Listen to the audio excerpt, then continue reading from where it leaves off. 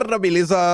Como é que vocês estão? Meus amigos, hoje é um daqueles dias onde fazemos uma viagem ao passado para tentar compreender melhor o presente e, quem sabe, nos prepararmos melhor para o futuro. Sim, hoje é dia de uma prévia.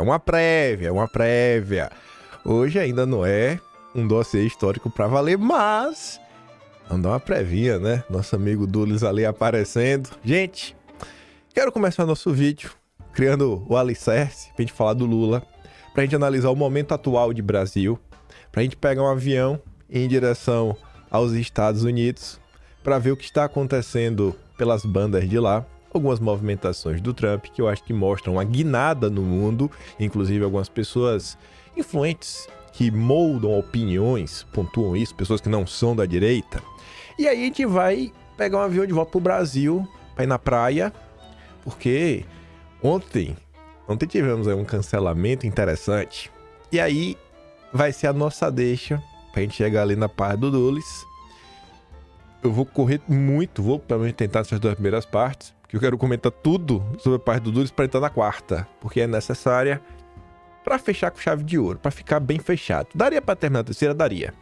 Mas a gente tem que ir até a quarta. É a meta de hoje, terminar a quarta inteira aqui para falar do momento atual de Brasil à direita. A gente já começa falando do momento atual da esquerda para terminar falando do momento atual da direita. Enfim, vamos que vamos, acelerando hoje, pé no acelerador e tem muita coisa pra gente comentar. Bom, o Brasil de Lula é o Brasil aqui relatado pelo Metrópolis, saidinha de Natal, mais de 2.000 presos não voltaram para cadeias. 14 estados e o Distrito Federal concederam o benefício da saidinha de Natal a 48.200 pessoas. Cerca de 4,3% delas não retornaram. 2.000 pessoas, né? Acho que é um número irrisório. A maior parte voltou. O Brasil de Lula é aquele que tá lá, ó, andando, a galeria que tem as imagens dos ex-presidentes, e aí painho um lacrador, com apoio da Globo, ele dá uma bronca em assessor e pede que a Galeria do Planalto mencione mentiras de Bolsonaro e golpe que a Dilma sofreu. Todo mundo presta, mesmo Bolsonaro e a Dilma é vítima, né? Você vê que o cara realmente tem uma tara em Bolsonaro. E aí, para falar sobre isso, a gente viu o dia 8, que foi um palanque aí que o Lula utilizou. Enquanto a Globo se cala, aplaude e ainda inventa uma desculpa para justificar o fracasso. Vocês viram lá a Flávia Aol, a gente comentou isso ontem, onde a própria esquerda consegue ser mais honesta do que a Globo. Aí o Estadão hoje escreveu um editorial longo, mas eu peguei 2 parágrafos que sintetizam. Para mim é mais um indicativo do que eu estou falando para vocês. O Estadão já rompeu abertamente com o Lula. A não ser que Bolsonaro fique elegível hoje, o Estadão estará na oposição. Lula quer se apropriar do 8 de janeiro. Assim como Bolsonaro pretendia capturar o 7 de setembro, o petista faz de tudo para transformar a data do ataque a 7 dos 3 poderes em louvação a si e ao PT como esteio da democracia. A diferença é que Bolsonaro, ele celebrava o 7 de setembro. E ninguém celebrava. Ele não capturou, ele só foi lá e, cara, vamos aqui, 7 de setembro, bandeira, cantar o hino. O 8 não, é a data que a turma quer inventar, quer jurar de pé junto que foi uma tentativa de golpe de Estado e quer fazer todo um discurso que não para em pé, onde, assim, qualquer um que acompanhe, até quem acompanha o consórcio, já se deparou com alguma notícia que mostra coisas esquisitas. Vide aí as câmeras, vide o Gonçalves Dias, o repórter da Reuters, as penas que estão sendo aplicadas, né? 17 anos de cadeia por pegar um batom e escrever na estátua, eu acho que tá demais. Mendigo que foi preso, denunciado por associação criminosa, depois não, foi mal aí, a gente atrapalhou. Então, não dá para querer comparar o 7 de setembro com o 8 de janeiro. Mas enfim, aí o Estadão fala o seguinte: a ninguém é dado o direito de se surpreender em se tratando de Lula, que transforma qualquer ocasião de Estado em palanque eleitoral. Afinal, para o chefe de um governo sem cara, vale dizer, sem um projeto de país coerente. Projeto de país, né? Ó, tá começando a ficar na moda falar sobre isso. Responsável e exequível para apresentar o país, malgrado já ter iniciado a metade final de seu mandato, parece não restar alternativa a não ser posar como único líder político capaz de salvar a democracia de seus inimigos, notadamente os bolsonaristas, o que é uma arrematada falácia. Mas Lula é irremediável, nunca esteve em seu horizonte separar os assuntos de estado de governo, que dirá o melhor interesse político de seus interesses particulares ou os de seu partido. Pode se dar como favas contadas, uma nova pagelança em torno do petista em 8 de janeiro de 26, ano em que, ao que tudo indica, Lula disputará a reeleição, atraindo para si as atenções que deveriam estar voltadas a algo mais nobre que seu futuro político, né? A reafirmação do compromisso institucional com a preservação do Estado Democrático de Direito no Brasil. Conversa mole. Aí, enquanto Lula tenta vender a ideia que ele é um grande democrata, Lula tem aqueles esqueletos no armário que não consegue se desfazer, não consegue dar aquele tchau definitivo pro Maduro, relação de amizade de longos tempos. Aí ontem o pessoal acabou por relembrar ele, e o PT mais uma vez foi alvo de críticas nas redes sociais por duas coisas bem claras. Na verdade foram várias. Eu nem vou falar aqui da questão da Maria Corina, nem vou entrar nesse ponto. Vou diretamente assim, coisas que são, assim, entendeu o que falar. Olha, sou de esquerda e lhes digo, o governo de Maduro é uma ditadura, afirma o Boric. O presidente do Chile reagiu à detenção de Maria Corina Machado e pediu esforços internacionais para que a democracia seja restabelecida na Venezuela. Esse é o Lula, quando o Boric era candidato. Olha lá o bonezinho. Olha o bonezinho do Boric. E aí, Lula? Boric já é traidor no lulismo? E aí o petismo, que jura de pé junto, que ama a democracia, e o petismo também, que jura de pé junto que não existe o Foro de São Paulo, é invenção, é invencionice. Com petista no comando, Foro de São Paulo promove festival antifascista na Venezuela. É nada. Agora o Foro de São Paulo existe. Curioso, né? E, obviamente, o PT foi amplamente criticado por isso, né? Aí tá ali de novo. Em meio à prisão de opositora, dirigente do PT parabeniza Maduro. Em Caracas, Mônica Valente participou da reunião do Foro de São Paulo, chamou posse de Maduro de momento histórico de soberania. Valente também foi cobrada por um representante de Cuba para que o Brasil aceite Venezuela como membro dos BRICS. A fala da petista, que é membro do diretor nacional do Partido dos Trabalhadores, foi transmitida pela TV estatal venezuelana. Esse é o Lula. Vamos ver se amanhã o Estadão fala sobre isso, né? Reclama do Maduro de novo e reclama do Lula também. Aí, avançando, o Brasil de Lula, lá atrás, já começou a fazer um cerco às compras internacionais. Muita gente estava comprando, tendo que pagar imposto. Pela lei tem que pagar? Tem, mas, irmão, a gente tá no Brasil, as coisas estão muito difíceis. E, de coração, eu acho que tem produtos que não deveriam ser taxados. Eu acho que é um crime você taxar produtos que o Brasil não produz. Você colocar imposto de importação para proteger a economia nacional, ok, sabe? Eu entendo até você taxar roupa, mas, gente, celular é ferramenta de trabalho. Não só celular, mas ferramenta de trabalho mesmo. Tá conversando outro dia um colega na área de construção civil, ele trabalha com os equipamentos, com os tanques, ele tá falando ferramentas de medição, os ultrassons. Pô, o cara vai comprar para produzir, aumentar a produtividade, sabe? Vai ser mais obras que ele vai conseguir atender, fazendo aí certificados, etc. Vai dar dinamismo para a economia, mas não consegue comprar porque tem que pagar ainda imposto extra. E não é o equipamento que o Brasil produz. Qual a lógica de você encarecer o acesso à tecnologia que vai trazer desenvolvimento para o país? Mas enfim, o pessoal fez o L, fez porque quis, fez sabendo. Aí agora o Lula tá aí com a questão da receita. Vai te monitorar, mas é pro teu bem. Pro teu bem, pro teu bem. E aí a coisa pegou muito mal. Já tem muita gente aí só querendo fazer transação em dinheiro e espécie. Ninguém quer pagar imposto. O vendedor de pipoca sabe que, pô, ele deveria estar pagando algum tipo de imposto, ele não quer, porque ele é vendedor de pipoca, e eu acho que ele tá certo. E tá ali, ó. Monitoramento de Pix gera desgaste e vira nova taxa das blusinhas. O assunto furou totalmente a bolha da direita, porque envolve dinheiro. Dinheiro. E se tem uma coisa que o ser humano gosta é dinheiro. Hoje vigiam. Amanhã podem decidir quem pode ou não acessar o próprio dinheiro. O cenário é claro. Menos dinheiro físico, mais controle centralizado e, com isso, menos liberdade. Uma sociedade onde discordar pode custar caro, literalmente. A instrução normativa da Receita, tá o número, constrói peça por peça um sistema de controle financeiro que se alinha ao liberalismo tecnocrático, centralizado em pessoal intrusivo. O futuro distópico não está chegando, ele já está entre nós. E nada da fala. Isso aqui é um ponto que eu não tinha levado em consideração. Você que tava assim, eu não vou me preocupar com isso, porque eu sou carteira assinada, sou funcionário público, já vem descontado, já vem retido na fonte o meu imposto, então o Lula não vai me pegar, porque eu já estou sendo pego. Calma, calma que vai apertar para você. A lógica comum de qualquer comerciante é repassar os custos ao consumidor. Se antes o Pix era uma alternativa mais barata por evitar taxas dos cartões, agora ficará mais caro.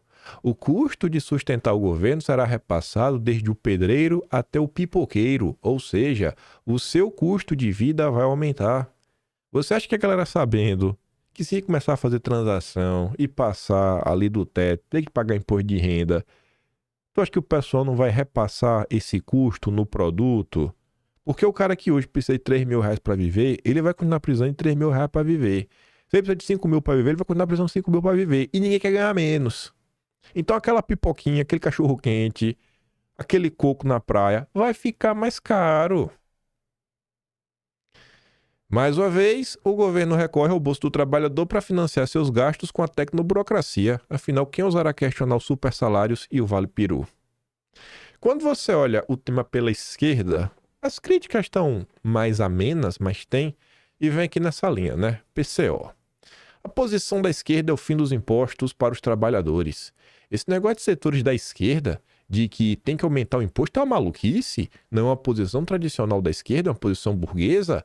O que é preciso é acabar com o imposto sobre os assalariados, acabar com o imposto de renda sobre os assalariados e também acabar com o imposto sobre consumo. Quem tem que pagar o imposto são as empresas, justamente o setor que não paga.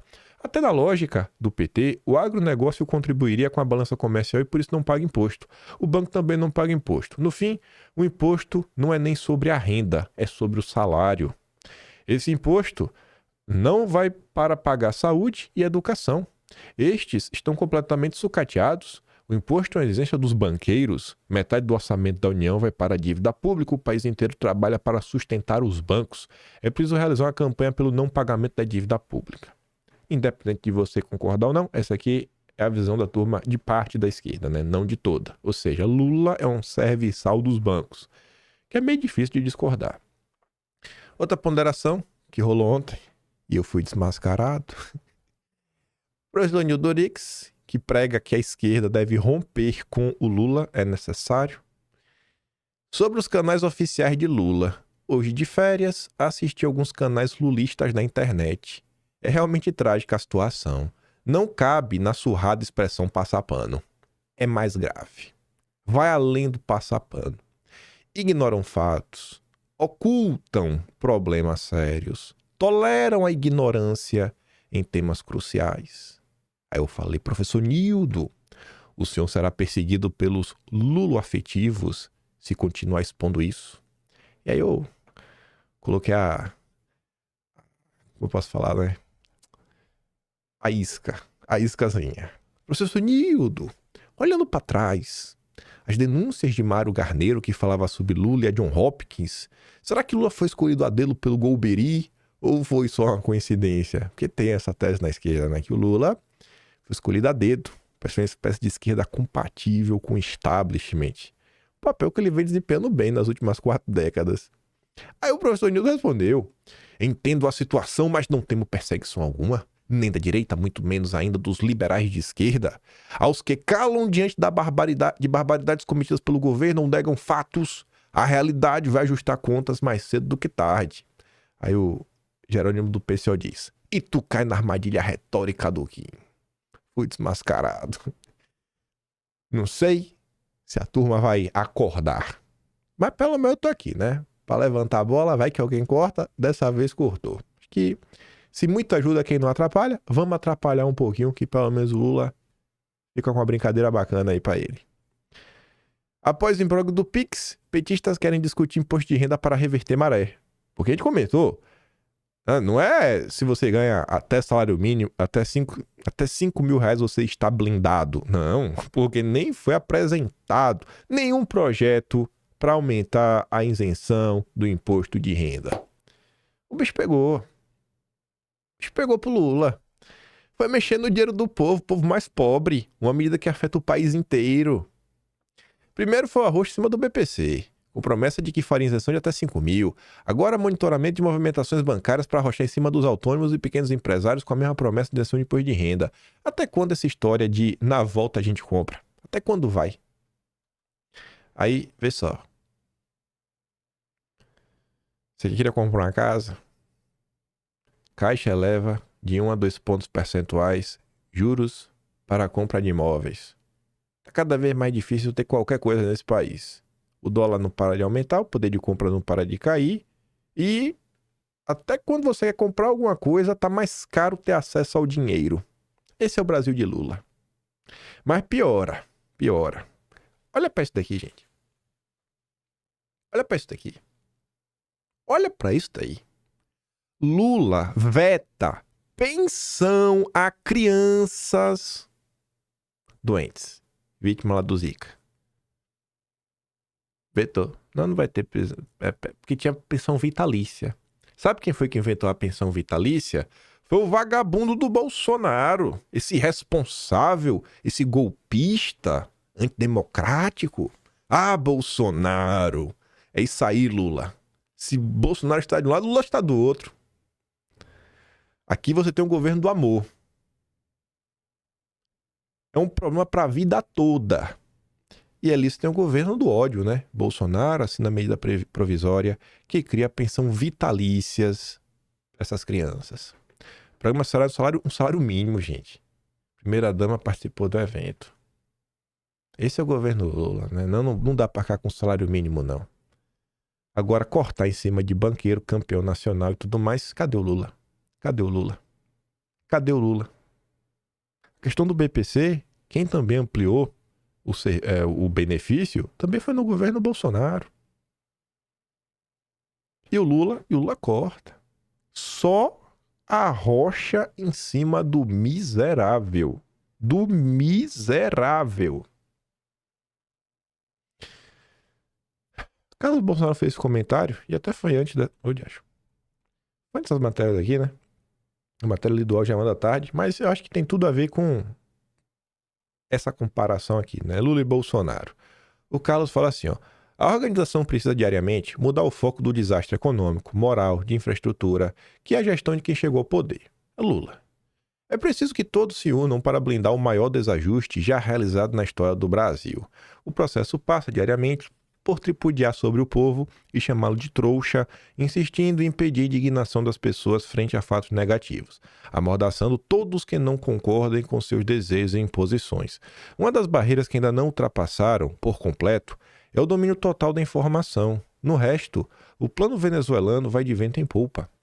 Apenas me questiono, por onde anda a união da direita em mais um capítulo bizarro transmitido diariamente? São poucos que se expõem de coração aberto nesse jogo cristalino de cartas marcadas. Diante de tudo que está acontecendo, diante assim de todas as bolas quicando para chutar para o gol, poxa, a quantidade de político talvez esteja de férias, né? Não sei. De governadores, senadores, prefeitos, gente, ninguém abre a boca. Vai para mim abrir a boca, fazer assim umas críticas mais contundentes. Né? O pessoal parece estar ocupado. Mas tudo bem. Vida que segue. Vida que segue. Vamos pegar no nosso avião para ir lá na banda de Washington. Tudo aí que vocês estão vendo. Em especial essa questão aí da receita. Vocês acham que vai ou não vai levar para esse cenário? Sabendo que o Brasil já tem uma tendência a encarar o que acontece, né, e repetir o que acontece nos Estados Unidos a cada 2 anos. Eleição de 2016 do Trump, ali, né, uma revolta anti-establishment, a de Bolsonaro de 2018, a de 2020 para defender a democracia contra o Trump, 2028 para defender a democracia contra Bolsonaro. Agora do Trump, a volta, né, do destaque do país, da nação em primeiro lugar, a luta por melhoria para os trabalhadores. Vendo essas tretas na esquerda, como os democratas perderam a classe trabalhadora. A gente não pode mudar como o PT perdeu a classe trabalhadora. É o mesmo texto, muda nada. Vai se repetir. Vai se repetir. Agora, a gente pode ser um catalisador, né? Um catalisador que acelera a reação.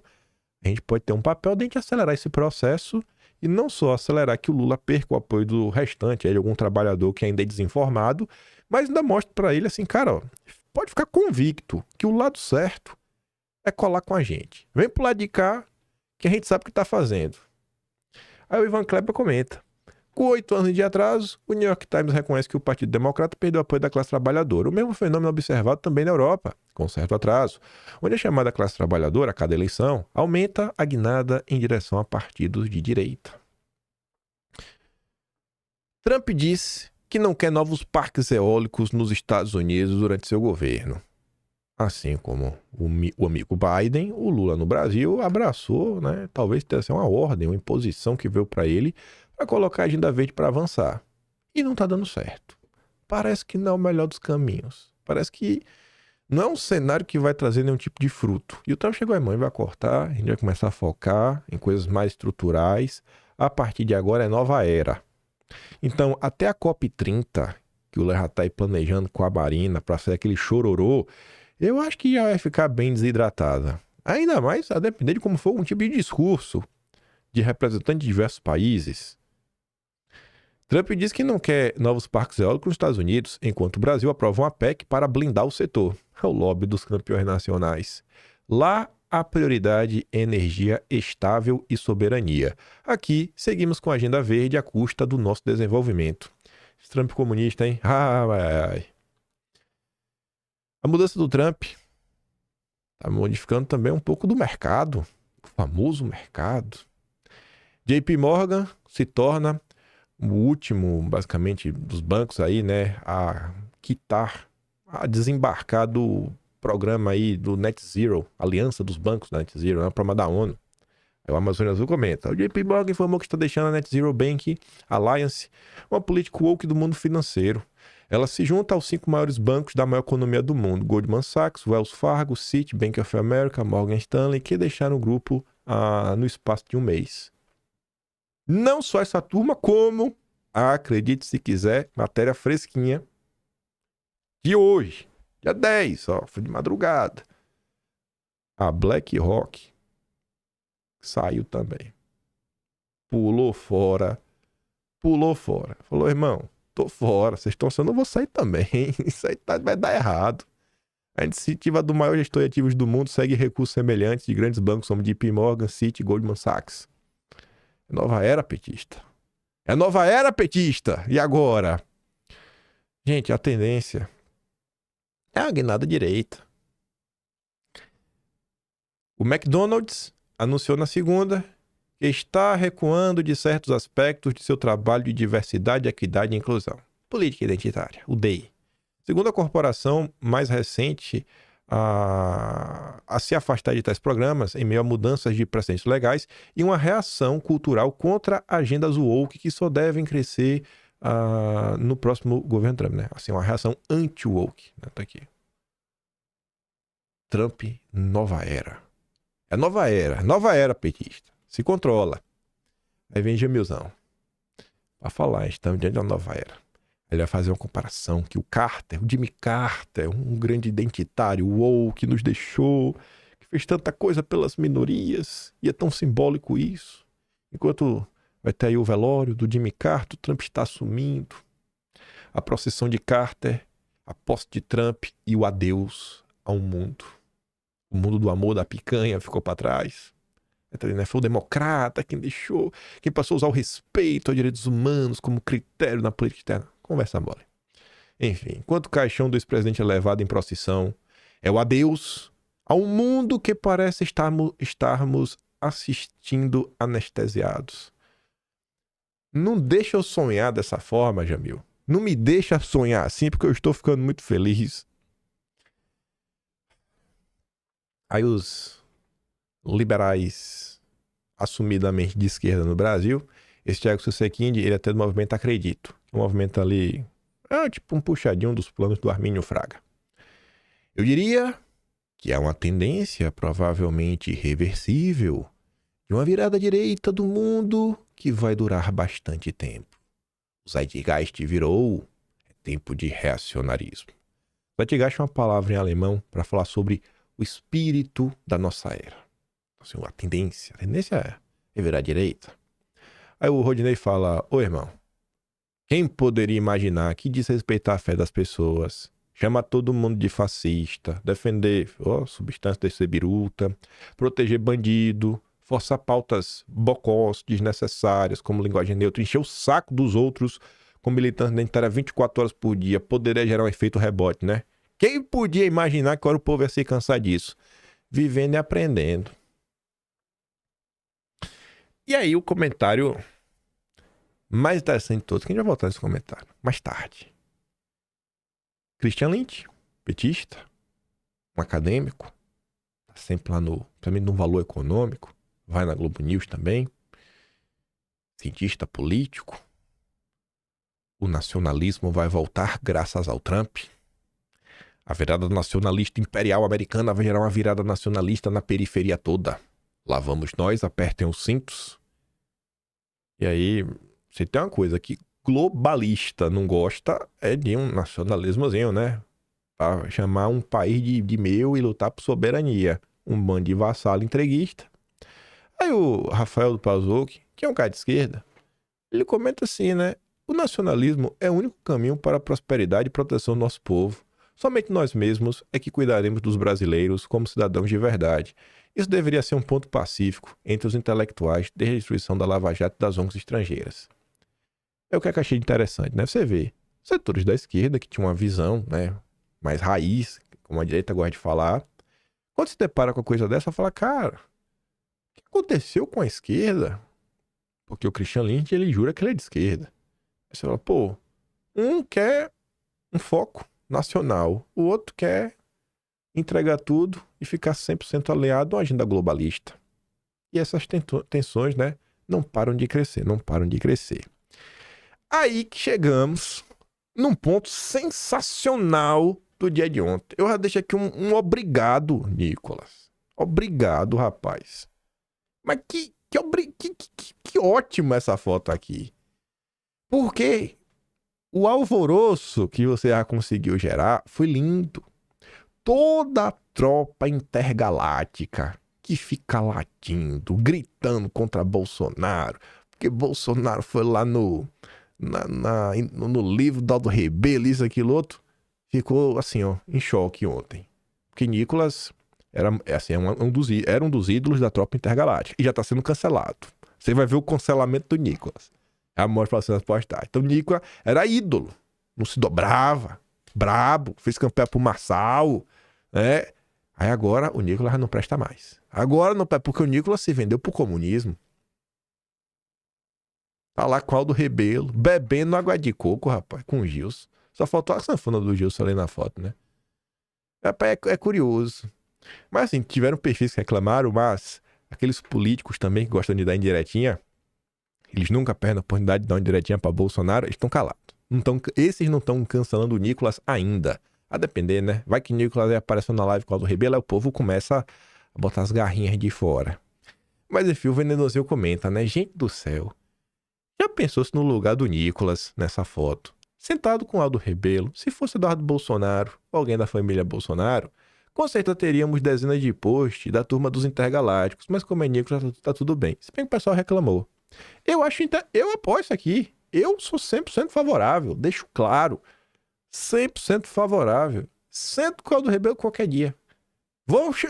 Esse ano eu vou estar com o Aldo Rebelo. Nunca sei, sentarei. Marcar uma coisa lá no Quinto Elemento, bate-papo, só pra deixar a turma nervosa. Vamos continuar. Vamos continuar, porque é curioso. Curioso. Antes de tudo, antes de continuar, o Rebelo é tido aí por muita gente. Eu acho que ele realmente dá pra se encaixar com uma figura aí, né? Uma ligada ao nacionalismo, tudo mais. Mas ele já foi comunista um dia, né? E não existe isso, comunista. Lá nos Estados Unidos, é curioso como são as coisas, né? Lá nos Estados Unidos, o Trump procurou conversar com várias pessoas de vários setores diferentes. E tem gente que vai falar, ele não era de esquerda, tá bom, né? O Kennedy. O Kennedy não era de esquerda, ele era do Partido Democrata, não, tá bom, né? Não era de esquerda, não. Aí os que concordarem que ele é de esquerda falam, não, mas você tem que entender que não foi o Trump que foi procurar ele que veio em direção ao Trump.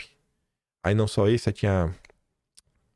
rapaz, esqueci o nome da outra mulher também. Enfim, né? A turma sempre tem uma justificativa. Eu não sei o que essa turma tava conversando. O Gilson gravou um history falando que o Aldo Rebelo tá mais do nosso lado que do outro lado. Não sei o que significa. O que eu sei é que normalmente a galera não coloca em argumentos um pouco mais concretos. Por que não, sabe? Pegando o próprio Kennedy nos Estados Unidos. Quando se fala, não, o Kennedy lá vai cair pra dentro dessa questão aí de saúde, fazer a América saudável de novo. Pois não, ele é de esquerda, mas veja, ele sempre teve um papel nessa questão aí, da área da saúde e tudo mais. Pô, beleza, bacana.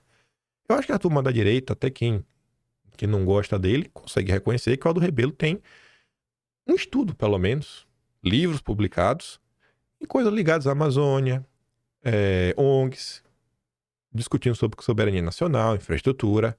E Bolsonaro, quando comentou sobre ele, foi bem específico, né? Pô, você poderia nomear ministro lá, cuidar da Amazônia em específico. Então, pô, eu acho que seria até algo similar ao que o Trump fez. Mas só pode nos Estados Unidos. No Brasil, não. No Brasil, não entende. Porque o Kennedy nunca foi comunista, o Aldo Rebelo foi um comunista. Enfim. Aí, ó que engraçado são as coisas.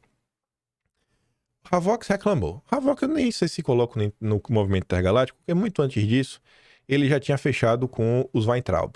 Então, os Weintraub precede o movimento intergaláctico, né? O que eu acho engraçado é o seguinte: não falha um reclamando do Nicolas. O mesmo cara que tá reclamando do Nicolas é o cara que falava assim, ó.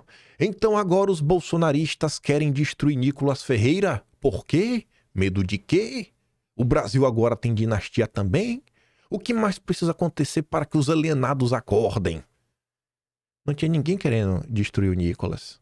Era apenas cobranças, críticas. Só isso.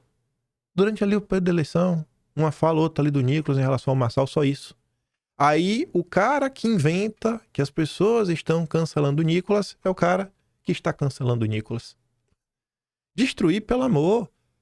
Vocês estão obcecados com isso, do que bolsonaristas. Você tem que manter um ponto de conflito, não é? Não interessa que esse assunto se resolva. Na verdade, vocês não estão nem aí para o Nicolas. Ele é somente o bode expiatório da vez para atingir Bolsonaro. Estrela do dia, não sei quem você é, mas tô voltando aqui para falar, talvez você não lembre, né? Você estava certo ao falar que Nicolas era o bode expiatório, porque você vê, né? Passou alguns meses, o Nicolas agora está sendo cancelado por quem falava que os bolsonaristas estavam cancelando o Nicolas. O mundo não gira, ele capota. Aí esse, o implante cerebral começou! Aldo Rebelo agora é de direita. Opa, centrão esquerda, ou todos ali na fusão, cada um pega seu pirão primeiro. Tá puxado a acreditar no Brasil. Diz a Baianinha Intergaláctica. A mesma Baianinha que escreveu isso daqui. Bom dia, bom domingo a todos. Ainda levando o mesmo raciocínio do Constantino sobre a direita tarcisística, caçabista. Ernesto, que foi ministro das Relações Exteriores, saliento que estão fazendo com a direita seu movimento. E o Nicolas é o errado. Esse vídeo aqui é muito bom. Porque sabe o que o Enéas está reclamando? Enéas não é Ernesto, né? Escuta. Rapaz. Olha aqui. Rapaz, baixa esse vídeo logo aí. Raiva desse Telegram aqui direto tá travando. Deixa eu fechar e reabrir. Pronto. Eu vou pular assim uns 30 segundos para ir direto ao ponto. Então, essa coisa intergalácticos, então, isso aí vem de interesses da Rússia e da China, que estão penetrados aí. Então está se formando aí uma aliança muito complicada entre esse centrismo implantado dentro da direita, né, esse centrãozismo, junto com essa coisa duguinista, né, nacional bolchevique aí do Dugin, da Rússia, junto com o comunismo, com essa coisa de Aldo Rebelo aí, esse pessoal de Quinto Elemento, de Quinto Programa, de não sei. Esse negócio aí de comunismo, Aldo Rebelo, o pessoal do Quinto Elemento tá falando de mim, de minha turma. Nós, da direita, duguinista, Cara, os caras juram de pé junto. Os caras juram de pé junto que a gente tá alinhado com a Rússia. Os caras são loucos, mas deixa lá, né?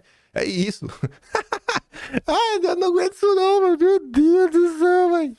Os caras são uma viagem. Não, né? É direita luguinista. Oh! Aí você vê, né? O Nicolas está errado. E agora, eita, Baianinha, você pulou do barco. Os caras usaram o Nicolas de porrete só pra bater em Bolsonaro. Aí outro exemplo. Aldo Rebelo é o primeiro comunista de direita da história. Ele tá falando por causa do Nicolas, né? Coloca ali até a foto embaixo. Aí um print, que é... Esse é dose dupla, um queijo com 2 cajadas só. O Rubem falava: não vi a direita raivosa criticar o Marçal por dizer que a confiança dele na democracia estava renovada com o ministro no TSE. Pelo contrário, fizeram campanha para ele, outros até votaram. Sejam pelo menos coerentes. Aí o cara diz: ó, tentar ser coerente, estão cancelando Nicolas. Não, pô, tava só criticando. Quem tá cancelando é você, rapaz. Cancelador descarado. Esse cara aqui, sério, se eu fosse uma pessoa cri-cri, eu tinha processado esse cara. Esse cara me imputou crime outro dia. De associação criminosa. Isso é a tropa intergaláctica. Não tem condição, pô. Os caras são loucos. Aí vem outro, ó. De acordo com os valdemínios, os conservadores Nicolas Salles são os traidores. Todo mundo usando Nicolas de porrete, só pra bater em Bolsonaro. Aí o mesmo Freedom Forever, olha lá. É decepcionante ver o Nicolas embarcar nessa. Pronto, agora o Nicolas é traidor, irmão? Nicolas agora é traidor, é? É traidor agora?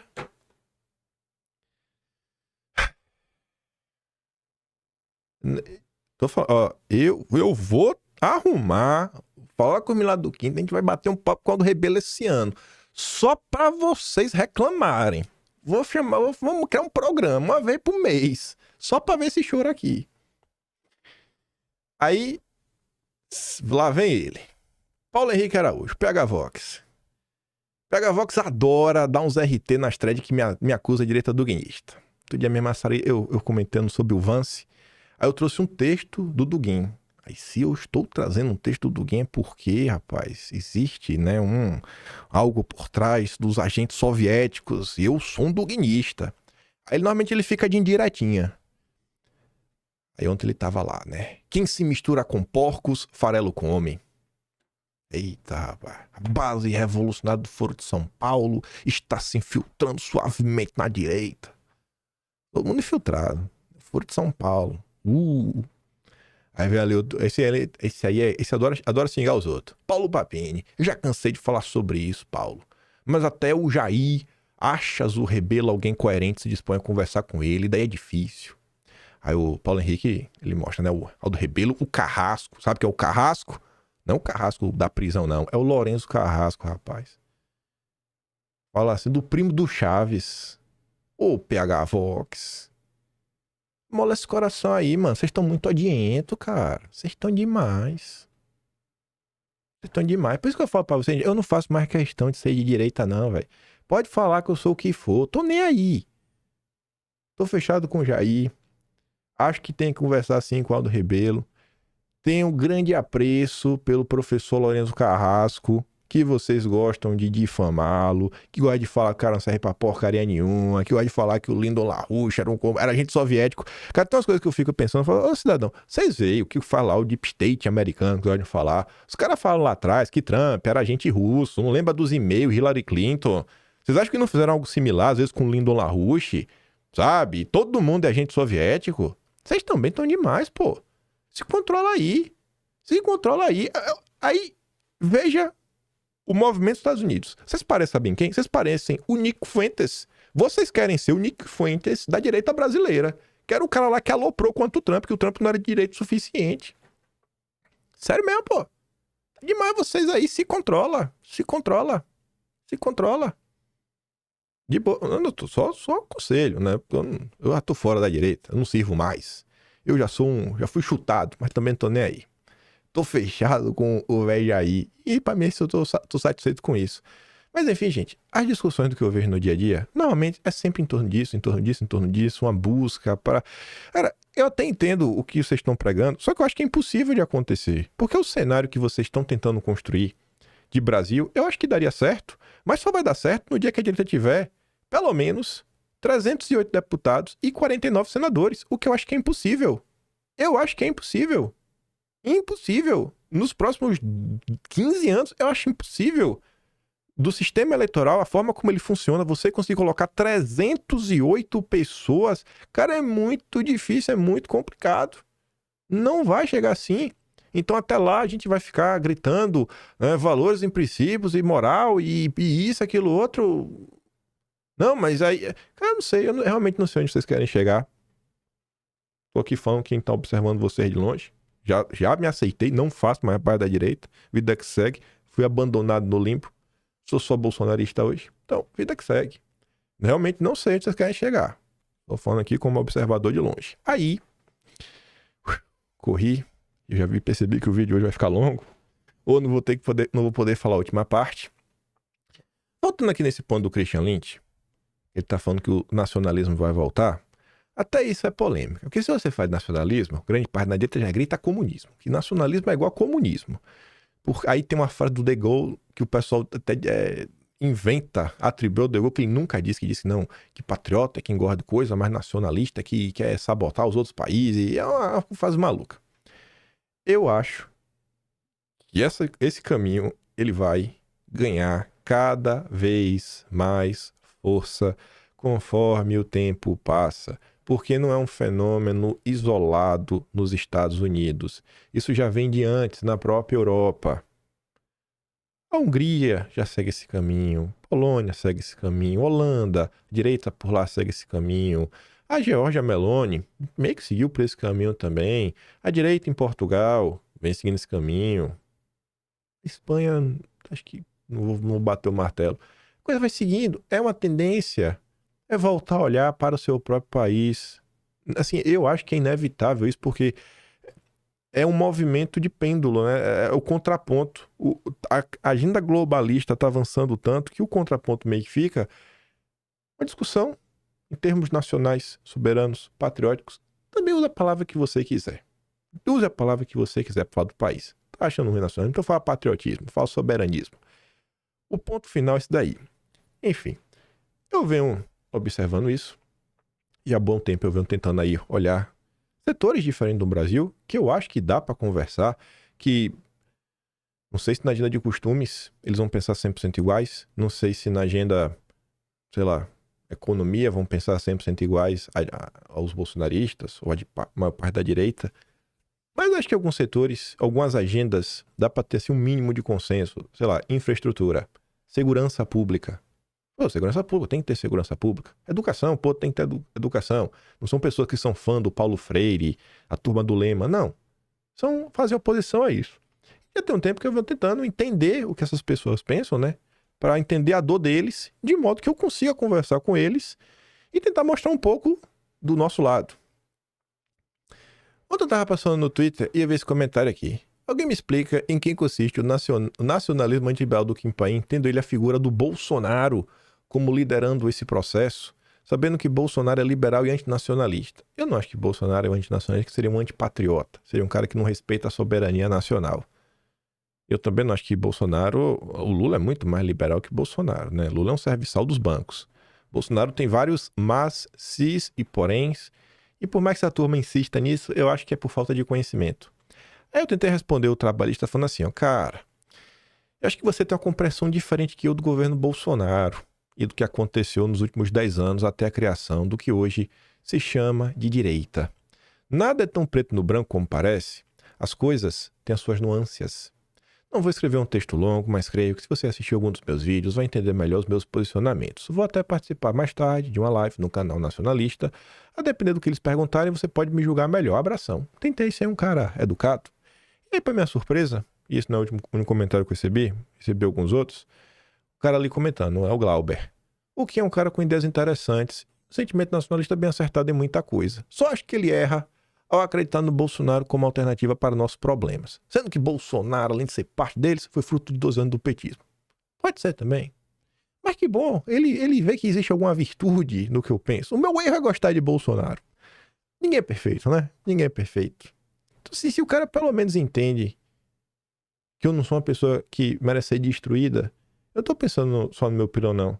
Porque ontem, por exemplo, que assistiu a live, eu tô tentando levar o mesmo ponto. Falar, pessoal, eu tô aqui, tô tentando ouvir vocês, o que vocês têm a falar, mas eu peço de coração que vocês tentem entender a dor aqui da tia do Zap, do tio do churrasco, vendo o estado de exceção que o Brasil vive, pelas questões aí ligadas ao judiciário, sabe? Independente da bia que você tem, de você gostar ou não de Bolsonaro, eu acho que tem algumas coisas que são importantes pro bem do país.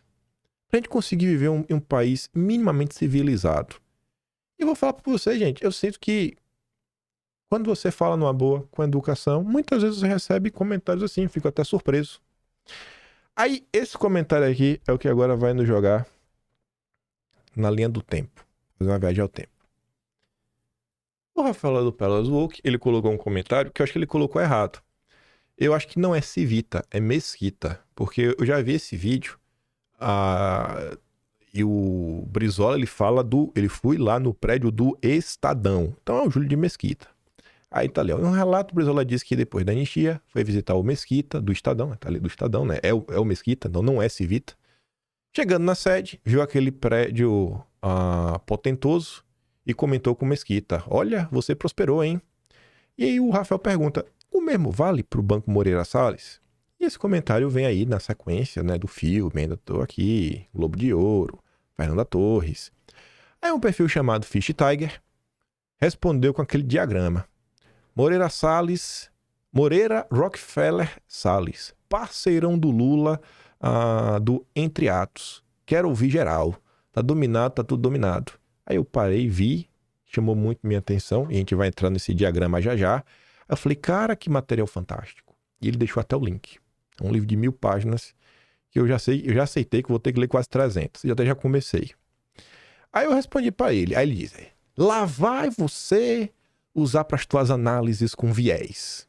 Mas enfim, o traidor do Lula também merece. Pelo menos puxa a capivara do BTG para compensar depois. Eu disse, cara, eu nem vou usar isso daí pra falar mal do Lula. Isso daí é pra expor liberais que eles aprontaram nos de 50 e 60. Eu já tinha me debruçado sobre a Hannah Meine e o Azevedo Antunes. Achar mais uma prova do ocorrido é sempre bom. E viés todos os temas, né? Aí ele me responde, falando o seguinte: eu estou te pentilhando, pois, ao fim e ao cabo, tua linha está se contradizendo com a figura que tu apoia. Eu também já fui assim com o PT, mas como você não bloqueia, a gente continua o baile. Não lembro do Azevedo Antunes, mas a Hannah está no livro, leia ele, abraços. Aí o Rafael entrou na conversa e disse, pô, cara, o que é um dos caras mais gente boa pra gente trocar ideia? Aí o Fish Tiger, olha o que ele fala agora. Não é sobre mim nem nada. Serei bastante sincero, já que você sabe que eu sou um comunista. Esse realmente é assumido. Acho que o Brasil só vai ter jeito com a direita. Como assim? Eu não entendi nada agora. Pelo menos, algumas figuras bolsonaristas estão se contradizendo com o que o Bolsonaro fez, o que é uma delas. Não vejo solução nenhuma por parte da dita esquerda. Gente, vocês que me acompanham com mais frequência, que estão aí na direita, que não foram banidos dela, vocês acham que eu contradizo o Bolsonaro quando eu coloco algumas coisas? Eu acho, posso estar enganado, não sou perfeito, mas eu acho que se essas pessoas tivessem acesso ao outro lado da história, o lado da história da direita, elas podiam pode não votar em Bolsonaro, pode não gostar de Bolsonaro, pode continuar sendo comunista, mas acho que pode falar, cara, não foi bem assim como eu achava. Não foi bem assim como eu achava. Talvez essa turma da direita aí não seja tão ruim. Vou anular meu voto, que eu acho que já ajuda. Já não votando no Lula, né? E cara, vida que segue. Num país que existe uma esquerda, que existe uma direita, que eleição para o cargo executivo é por maioria e que existem pessoas que estão aí no limbo, no centro, insatisfeitas, eu acho que ou a gente senta, tenta conversar, falar para essas pessoas, porque dentre as opções que tem, que você tente convencer a pessoa para um eventual segundo turno. Falar, cara, mas no eventual segundo turno, pô, muita ajuda quem não atrapalha. num eventual segundo turno, no campo aí do poder legislativo, cara, tem muitas opções no Brasil. Escolhe o teu deputado federal, o teu deputado estadual. Agora tem que pegar um cara compromissado com o Brasil, mesmo que seja de esquerda, mas que não seja igual o Lula, que queira fazer arroxo em cima do BPC, não quer ir para cima do salário mínimo antes de cortar o salário da elite do funcionalismo que ganha acima do teto. Eu realmente acho, a gente tem que conversar. Eu realmente acho. E vou me dedicar ao longo deste ano. Eu quero chegar nessas pessoas e tentar mostrar um outro lado da direita para essas pessoas. E eu acho que com várias, pelo menos consegue, sabe, ter algum tipo de ressonância. E eu não acho que essas pessoas são inúteis, né? Comunista para sempre é um comunista e basicamente é um ser humano de segunda classe. Primeiro que a turma da direita já sofreu muito isso, né? Sofreu muito isso daí, de ser, até hoje sofre, né? De não ter nenhum tipo de respeito. Então, se você quer respeito, talvez tenha que ter respeito também. Se alguém tem que ceder, alguém tem que pelo menos estender a mão. Eu vou estender a mão. E acompanhar o debate público do outro lado, eu aprendi muita coisa. A direita é intergaláctica, vocês aí que faz, acontece, sabem de tudo. Eu sou burro, então às vezes eu preciso aprender algumas coisas. E aí nos próximos dias, quando eu tiver tempo, a gente vai cair pra dentro da parte 3 do dossiê do Dulles. Eu já tô pensando muita coisa, já tinha achado muita coisa. E aí quando eu vi essa discussão, esse diagrama aqui, eu falei, não acredito, cara. Se eu tivesse visto esse diagrama 1 ano atrás, ele não teria chamado tanto a minha atenção. Mas no momento atual, eu falei, não, peraí, agora eu entendo esse diagrama sem nem ler o livro. Não entendo todo. Mas grande parte do diagrama não é só que eu entendo e eu sei quem são as pessoas que estão sendo citadas. Primeiro, ali em cima, destaquei, Hannah Meine. Hannah Meine foi peça central. Peça central. No dossiê do Dulles, apanhando do Dulles 2 de novo. É o que ele veio fazer no Brasil. Lobby para Hannah Meine. Junto lá, né? Com, inclusive, o Ivan Haslock, que é do IBAD. Aí tem um nome ali do lado, ó. John McCloy. Ligação da Hannah com os militares 64. Eu falei, mas eu falei desse cara. Mas eu falei do McCloy, meu Deus, mas como assim? Aí descendo. Nesse miolo aqui. Augusto Trajano Azevedo Antunes. O Azevedo Antunes foi peça central no Dulles 2. É o cara que fundou o IPS. É o cara que tinha um assento no conselho do Chase Manhattan. E eu falei, come? Eu conheço a Icome. Ah, eu conheço essa Icome. Moreira Salles, aqui embaixo. Aí vai subindo. CBMM. Molybdenum Corporation. Nióbio. A gente também falou disso. Aí, vamos dar um bizu. Essa foi a matéria que a gente trouxe. Dulles 2. Hélio Fernandes. 16 de setembro de 75. Falando exatamente sobre Walter Moreira Salles. Azevedo Antunes. Lucas Lopes. Molycorp. Hannah Bentley Steel. Aqui tá pequeno, mas dá pra... Aqui, ó, é meio pequeno. O maior de todos os quadros é Bentley Steel. É exatamente essa daqui que vinha sendo denunciada. A Hannah é Hannah Meine e a Molycorp é que a gente comentou, né? Falando aqui do senhor, dos envolvidos, tudo mais. Esse dossiê, a gente já aborda ele algumas vezes, foi o que, né? A Agência Central, o Serviço Nacional de Informação, o SNI. Esse dossiê é de 25 de novembro de 1970, que é uma análise aqui da questão do nióbio no Brasil. E esse dossiê aqui, ele comentava como foi o processo, porque aí você tem que entender o momento histórico. O Brasil saía de um momento onde se falava que era importante que a maior parte do capital nacional das empresas fosse nacional, tivesse na mão de um brasileiro, não pode estar na mão dos gringos. E aí isso fica fortalecido ali no Código de Mineração lá do Vargas e a turma quer derrubar isso. É para isso que o Dulles vem ao Brasil. E isso vai para o Supremo. E esse código meio que mudou depois de 64, né? O Supremo mudou de opinião. A gente já viu esse filme e esse filme segue acontecendo até os dias atuais. Enfim. E aí, todas as empresas internacionais, ali nos 50, começaram a criar suas subsidiárias. Empresa de fachada com dono brasileiro, para eles continuarem como dono. Aí a questão do nióbio, a empresa original era a Huacheng. Aqui, ó, Huacheng Corporation. Do qual a DEMA era a sociária. Ou melhor dizendo, de subsidiária. Então você tinha a Huacheng, que virou DEMA. E aí depois a DEMA virou a CBMM, que é dos Moreira Salles, né? A Dema foi transformada em nova firma, Companhia Brasileira de Mineração e Metalurgia, onde o Grupo Comuna negociou seu controle acionário com grupos americanos, o Molybdenum Corporation e o Pato Consolidated, que é exatamente o que está naquele livro sendo anunciado. O contexto inicial, né, da CAMIG, da Dema, CBMM, tudo mais, enfim, o comando acionário da CBMM no Brasil é tido como sendo do Grupo Moreira Salles. Os militares tinham toda certeza, é tido, né? A priori está na mão dos Moreira Salles. Sim, está no Moreira Salles, até hoje. Quando ele falava do Azevedo Antunes, né? Eu falei, pô, eu conheci esse cara, ele aparece no dossiê, né? Tava ali, no assento do Chase Manhattan. Chase Manhattan, o banco dos Rockefeller. Cadê? Chase Bank. É peça central do esquema dos Rockefeller. Isso aí foi me dando, assim, uma certa alegria, porque eu falei, cara, assim... Gente, eu não sei se eu consegui entender, né? Quando eu faço um dossiê desse, ninguém me contou a história e eu, com a história pronta, vou atrás dos fatos. Eu literalmente acho algo que me dá um estalo e eu começo a ler. Imagine você abrir notícias antigas que você não conhece as pessoas que lá estão, você não conhece muito o contexto, e você começa a ler várias notícias antigas até a coisa começar a fazer algum tipo de sentido na sua cabeça. E aí você fala, cara, será que eu entendi realmente? Será que eu consegui montar essa história?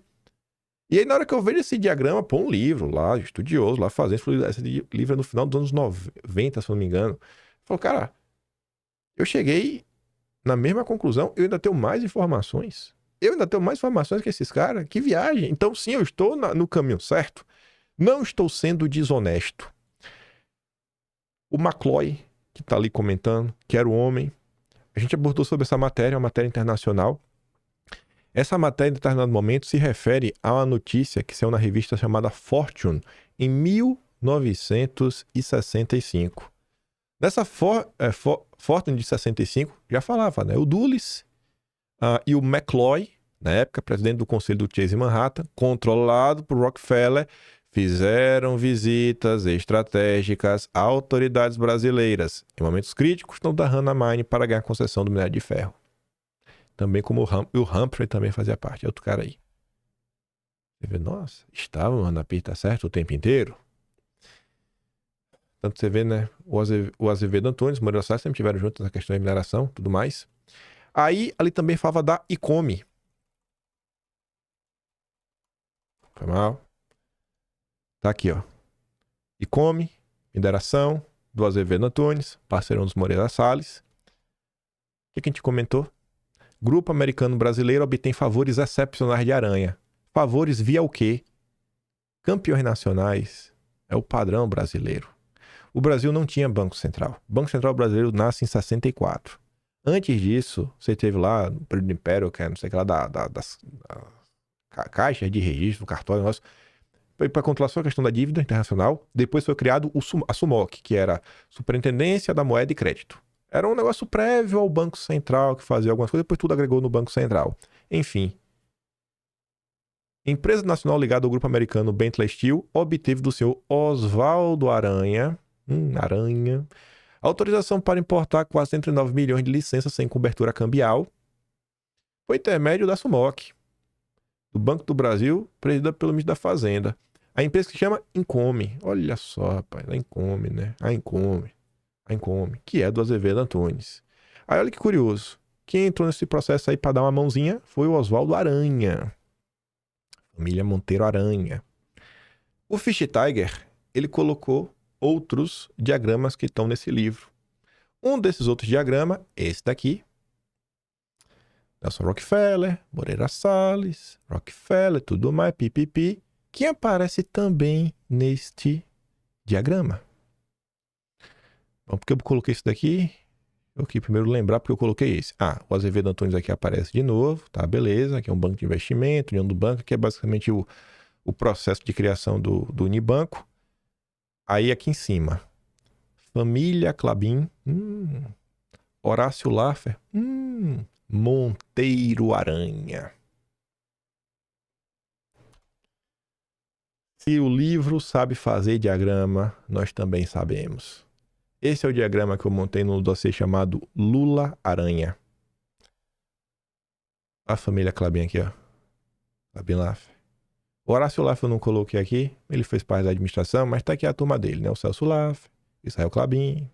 O Celso acho que é filho do Horácio, que foi o grande homem de relações exteriores do FHC, o Celso Lafer, que fundou com o FHC o SEBRAP. O Israel Clabin estava lá junto com eles na questão do Clube de Honra, foi prefeito do Rio. E aí quando você pega o Oswaldo Aranha, pô,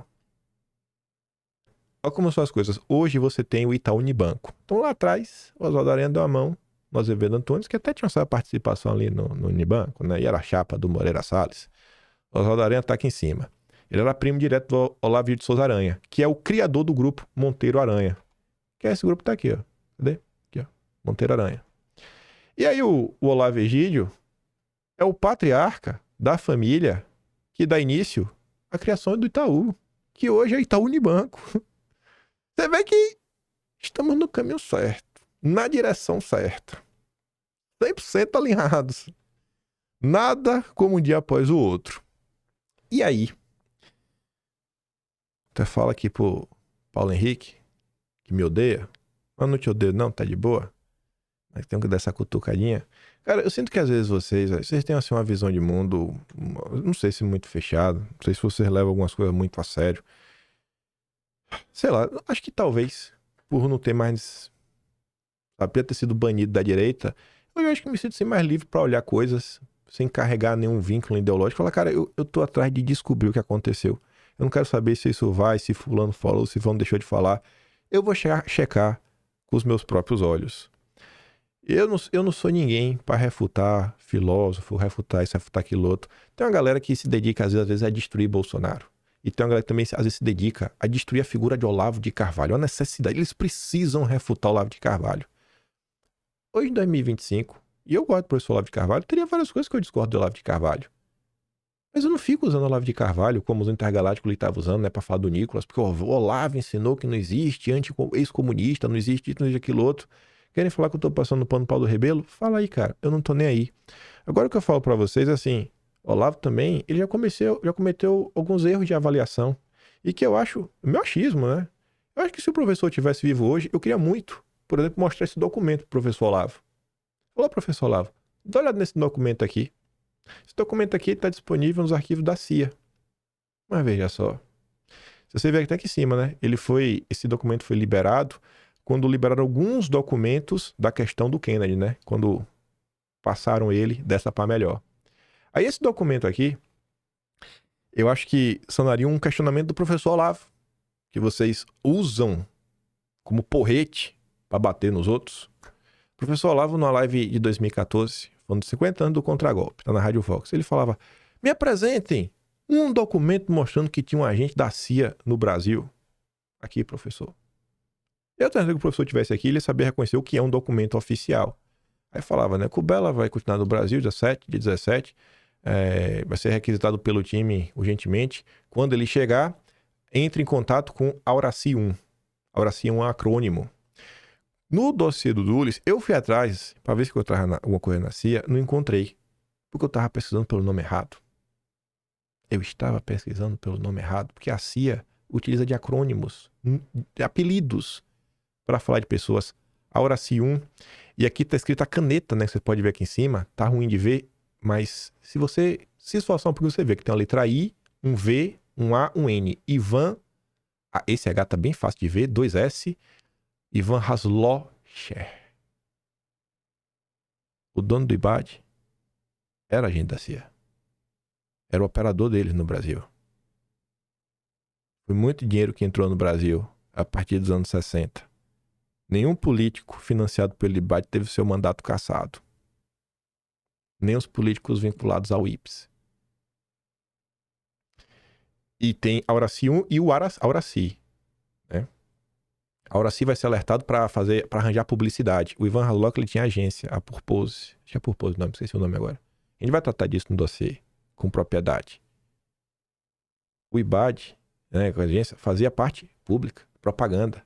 Porque, inclusive, tinha um acrônimo, tinha um projeto da CIA chamado letra Q, Active.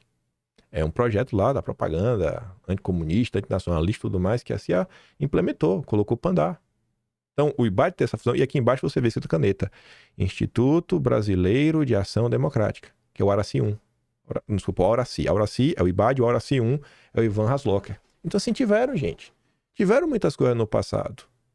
O professor Olavo também não gostava do professor Lourenço Carrasco. Já chegou a escrever, nada que o Lourenço Carrasco escreve é útil. Poxa, eu descobri o Dulles basicamente porque eu já tinha visto o nome do livro do professor Lourenço. Descobri muita coisa do Paulo Freire, através do livro do professor Lourenço, do Dom Paulo Evaristo Arnes, muita coisa da Agenda Verde. Algumas coisas assim que para mim são marcos, como o FHC falando sobre as ONGs serem uma forma de organizações neogovernamentais, uma nova forma de governo. Eu não vou desprezar a pessoa por causa disso, por causa daquilo, porque o Olavo falou. Ô, velho, cada um no seu quadrado, sabe? A direita intergaláctica, vocês estão mandando uns caminhos que eu realmente me pergunto, onde vocês querem chegar? Onde vocês querem chegar? Eu quero tentar entender o que se passa nesse país. E entender porque o país deu errado. E eu tento fazer isso com a mínima honestidade.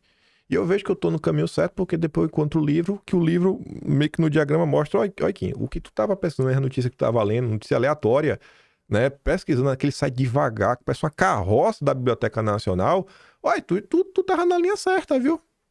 E aí outra coisa que a gente também vai entrar e vai dar mais profundidade, é que eu já deixo uma provocação que a gente vai abordar. E se nunca... Assim, ó, uma coisa que muito monarquista até concorda, muita gente na direita concorda, é que os militares foram massa de manobra para a implementação da República. Tanto que o Deodoro ficou, o Tiquinho já começou o governo civil. Eles queriam fazer a mesma coisa no regime militar. Os militares foram massa de manobra. Hoje, para mim, tá claro. Tudo que a imprensa quer é falar que os militares deram um golpe. Como se ninguém mais tivesse. É como se os militares dessem o golpe sozinho, a culpa é deles, foram eles que fizeram e vida que segue. Ninguém mais ajudou. A turma do Moreira Salles não tem nenhum envolvimento. Essa turma da elite brasileira não tem nenhum envolvimento com isso. Essas elites aí que têm vínculos com grupos globalistas, com famílias como os Rockefeller, eles não tiveram nenhum vínculo com o que aconteceu em 64. Nenhum. Foram os militares que tomaram o poder, fizeram acontecer, etc. Tudo mais. Pois bem, o IPES, que era um braço de propaganda, né, para fazer lá tudo mais, que o Brasil estava sofrendo um risco democrático, basicamente o que fizeram contra Bolsonaro.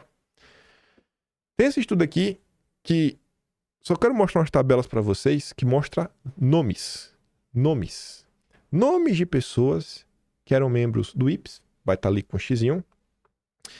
E aqui são os nomes que, por exemplo, ocuparam ministérios. Como é que foi um golpe dos militares?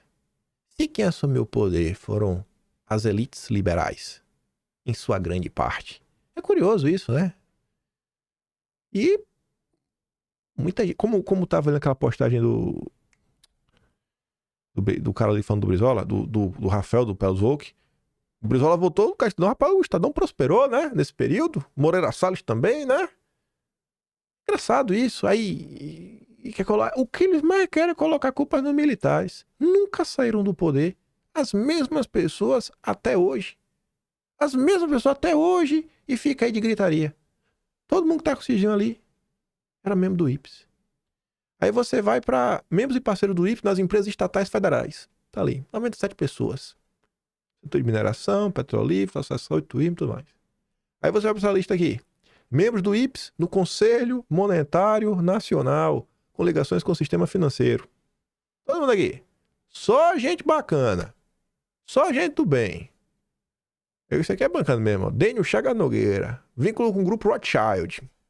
Mas foi o golpe dos militares, né? Ficaram no poder 21 anos. Só tinha milico. Todos os militares eram milico. Todos os estatais eram milicos. Todos os funcionários públicos eram milicos. Né? É tudo culpa dos milicos. Aí depois volta os democratas ao poder para salvar a democracia. Igual vocês estão salvando a democracia contra Bolsonaro. E aqui mais uma lista, né? Líderes do IPES nas empresas estatais federais. Tá ali, ó. Presidente e o cargo que ocupava. Tem mais alguma? Não. Assim, essa prova que a gente vai comentar e muito mais. A gente vai entender mais o que foi que aconteceu nos anos 60. Eu achei que a história do mainstream da esquerda está errada. Ah, eles estavam nos perseguindo, né? A gente não era comunista assim. Rapaz, não se faz de vítima, não. Que vocês não são nem de perto o problema. E aquela história também que não foi necessário ter para conter um golpe comunista, isso também é conversa mole. Eu acho que o problema foi outra coisa. E a gente vai abordar sobre isso. E eu acho que vai dar para entender um pouco mais porque o Brasil segue dando errado. Enfim. Não dá para entrar no próximo tema. Já tem aqui 1h10. Mas eu queria falar porque seria um bom complemento. Posso entrar? Deixa eu ver que horas são. Nossa, são 8h04. O vídeo já vai ser atrasado. Vai ficar muito atrasado mesmo se eu comentar. Isso aqui a gente vai comentar amanhã. Porque envolve alguns movimentos eleitorais aí da turma da direita. Mas, independe de tudo, deixa aqui um parabéns pro Nicolas. Parabéns, Nicolas. Sabe, esse encontro aí, eu acho que você tem que se encontrar mesmo. Tem que conversar. Leve o seu lado. Convença a pessoa. Se você é um cara simpático, carismático, conversa só do Rebelo, cara. Que a direita é o caminho. Pra parar de maluquice aí. Sabe? Vira a direita de vez. Toca lá uma sanfona junto com o Gilson. Bota ele amarrado no coqueiro. Só solta quando ele largar o último fio de cabelo comunista que existe. Enfim, né? Fazendo piada. Eu fico por aqui. Vai sair esse dossiê cedo ou tarde. Tenho que terminar de ler esse livro aqui, não tem como antes disso. Já tem muita outra coisa também pra mostrar, coisa. E eu não sei nem se vai ser um vídeo só, acho que vai ser uns 2 em sequência. Mas por hora é isso. Se você acha que esse movimento aí, chamado direita, bolsonarismo, que você acha que você se inclui, tem que conversar com mais pessoas, tentar trazer mais pessoas para conversar, para sentar com a gente, saiba que eu penso dessa forma. Se você não pensa dessa forma, saiba que eu penso dessa forma. E no final do dia, estamos aqui para tentar trazer algum tipo de informação, se vai ser útil ou não, cabe a cada um de vocês julgar. Mas por hora é isso. Deixa aquele grande beijo e abraço. Siga o meu trabalhinho, quiser um pouco mais, né? Passar no canal, tem um Plano Valeu, tem um Patreon na descrição e tem um Atlas brasileiro. Kimpai.com.br. Mas olhem o momento que o Lula vive. Olhem o momento que os Estados Unidos está vivendo. Olhem o que possivelmente o Brasil vai viver em 2026. E pensem, como tirar melhor proveito de todo esse cenário. Até amanhã. Valeu, meus amigos. Fui.